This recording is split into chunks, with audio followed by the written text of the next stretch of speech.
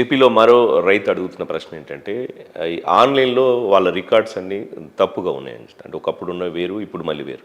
So, వాటిని మళ్ళీ మార్చుకోవచ్చు. ఇప్పుడు ఆంధ్రప్రదేశ్ రాష్ట్రము డిజిటల్ రికార్డులో చాలా ముందంజలో ఉంది. ఎప్పటినుంచో కూడా రికార్డులని కంప్యూటర్‌లోకి తీసుకొచ్చి కంప్యూటర్‌లో తప్పుల సవరణకి చాలా పెద్ద ఎత్తున ప్రయత్నం జరిగింది. 2014 నుంచి మొదలుపెట్టి ఇప్పటిదాకా రకరకాల పద్ధతిలో ఆన్‌లైన్ రికార్డులు ఉన్న తప్పుల సవరణకి ప్రయత్నం జరుగుతూ ఉన్నాయి. ఈ రోజు కూడా ఆన్‌లైన్ రికార్డుల తప్పులు ఉన్న ఇబ్బందులు కనపడుతున్నాయి. మరొక పక్కన ఈ మధ్య కాలంలో రీసర్వే కూడా మొదలైన 4-5 ఏళ్ళకెళ్ళి భూముల రీసర్వే జరుగుతుంది. రీసర్వే జరిగినప్పుడు కూడా కొత్తగా మళ్ళీ ఇబ్బందులు వస్తున్నాయి. ఎందుకంటే పాత రికార్డు కంటే భూమి తగ్గటమో, పెరగటమో, నెంబర్లు మారటమో, జాయింట్ నెంబర్లు రావటమో ఇట్లాంటన్నిటి మీద.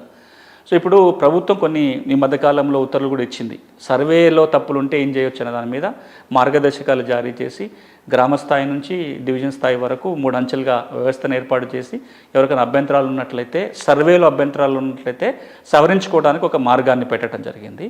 అది కాకుండా మిగతా గ్రామాలలో కూడా ఆర్ఓఆర్ రికార్డులో మనం ఏదైతే మీ భూమి పోర్టల్ చూస్తుంటామో, మీ భూమి పోర్టల్లో కనుక తప్పులు ఉన్నట్లయితే ఆర్ఓఆర్ చట్టం కింద ఆర్డీఓ కన్నా అప్పీల్ చేసుకోవచ్చు.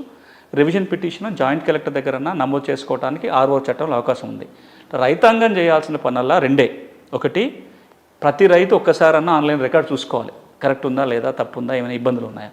ఒకవేళ ఇబ్బందులు ఉన్నాయి అనుకున్నట్లయితే ఆర్ఓఆర్ చట్టం కింద ఆర్డీఓకో జాయింట్ కలెక్టర్కో కనుక దరఖాస్తు పెట్టుకుంటే అప్పీలో రివిజన్ పిటిషన్ దాఖలు చేసుకోగలిగితే ఈ ఆన్లైన్లో ఉన్న పొరపాట్లను సవరించుకోవడానికి అవకాశం ఉంటుంది.